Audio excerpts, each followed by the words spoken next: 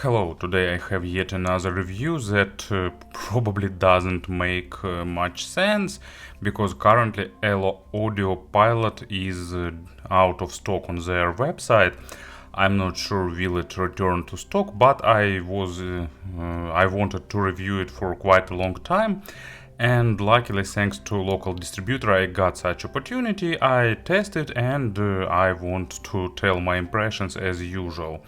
So it's a small digital tonal converter dongle built by ALO Audio, sister company of Campfire Audio, and the price is $130. It's built around ESS 9281, small digital tonal converter plus amplifier chip with MQA support, with DSD support and high resolutions and all other stuff. And ALO Audio in past created one of the best portable digital tonal converters, Continental Dual Mono. Of course it was much bigger and much more expensive, but it was really great. I'm still sorry that I didn't jump the last wagon and didn't bought it when it was available in limited editions. But anyway, today we will talking about the Pilot, and it's a small but nice thing. Package is small, minimalistic, but done in the typical Campfire Audio style. You can see MQA rendering, high resolution PCM, DSD, and so on. Inside there is main box, and here small manual. I even don't have an idea what's written here, but actually you can find the explanation of colors of LED indicator. Nice thing to have. And traditional pouch that we've seen many times before, and digital tonal converter itself. So it's really small, one of the smallest I've seen. Thank you for modern technologies that allows us to have such a small devices. Digital tonal converter probably located here in the connector. It's USB Type-C, so you can easily plug it to any smartphone or to modern laptops. Short cord in the fabric isolation, pretty flexible, and most definitely it will be durable. They added strain reliefs, and a 3.5mm socket to plug your headphones. So everything is really simple. You plug it one side to source, and here you plug your earphones. And also, as an additional accessory, you'll get a USB Type-C to Lightning adapter. Not super convenient when it's that long, but at least it's some option to be used, so it's good to have this in the accessory set.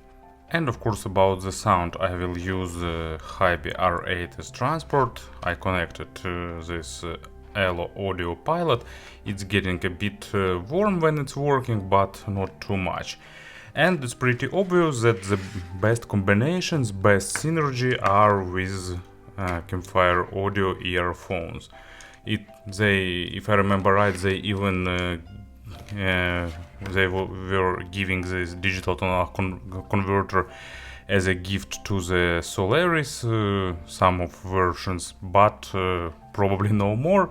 But of course it's really good with the earphones, and moreover it's really good with sensitive IEMs. It's probably created for such usage. So here is Andromeda 2020, and let's talk about sound a little bit.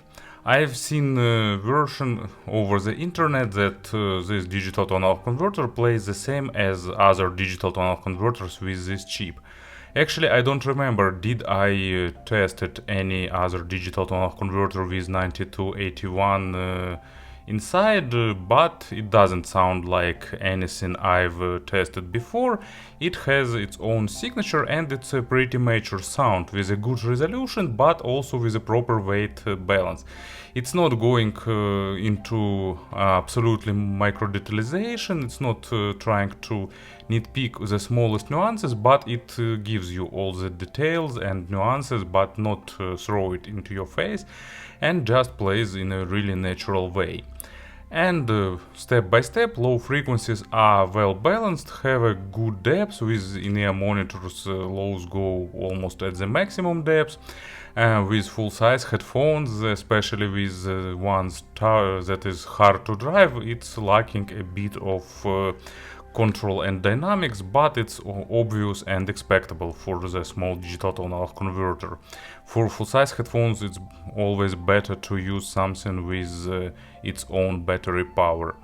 And lows are controlled well, they are really nicely textured, sounds natural with a good amount of small nuances and details. So no, I will use this time UAPP, so no Hibi music is required here. And as an example for the low frequencies, it's Deep Purple made in Japan, really great remastered version. I really like this live concert and I like remastered version. And Smoke on the Water, you understand why it's here, because that moment when bass guitar enters the whole melody, it sounds hair rising and shivers giving. And it sounds really pleasant with this digital to analog converter and with a good in-ear monitors. And mid frequencies nicely balanced with a really good weight distribution. I like it. They even adding a tiny bit of additional weight for the record that is not recorded properly. Nice control and pretty decent dynamics. Also, of course, not for the hard to drive full-size headphones, but with in-ear monitors it controls them perfectly. Pretty critical for the quality of records, but it requires to show the full potential. Also, it builds nice imaginary stage above average, not the huge, but above average and noticeable. Instruments sound natural with good body and timbres, and same applies to the vocals. And as an example for the mids area, it's Mars Volta, Ilyena. I really like this track.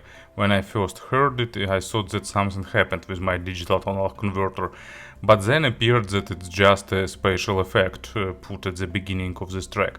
It's dynamic with good guitar part, with nice percussions and vocals, and all that requires good resolution, and this digital to analog converter delivers it nicely.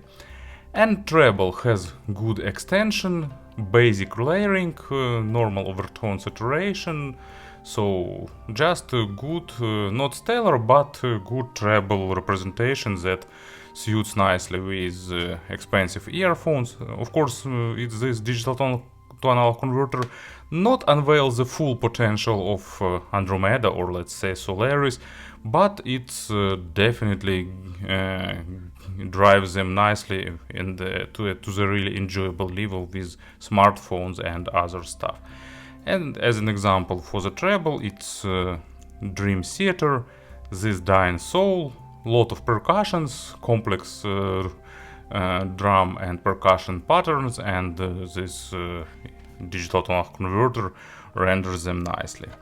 Speaking about the load or about headphones, so of course it's created for sensitive in-ear monitors first of all. It will drive sensitive full-size cans too at a really good level, but main load is in-ear monitors.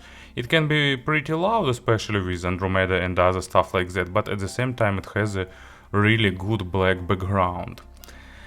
Speaking about the comparisons, just few models that I wanted to mention. So Heidi's S9, it's more thinner, with less weight, with more focus on the micro contrast. I should get S9 Pro in some near future, so it will be interesting to compare. And Loto Po S1, it's more more highlighting dynamics. It's a bit more fun colored with a bit of additional coloration and dynamic and emotion focus. And I don't know, iBasso DC03 and 04, they are a bit more emotional, but this one is a bit more natural with sensitive in-ear monitors. And I don't know, Shanling's dongles are more weighty, so it's a bit different. It's pretty close to the FIO BTR5 in the USB digital to analog converter mode, but this one has a bit better weight distribution. So Maybe there are other different digital to analog converters that are built on the same chip and give the same sound, but I didn't test them yet. So, interesting digital to analog converter, bit on expensive side, but playing nice with expensive earphones. Thank you for listening, thank you for your attention, and of course have a nice day.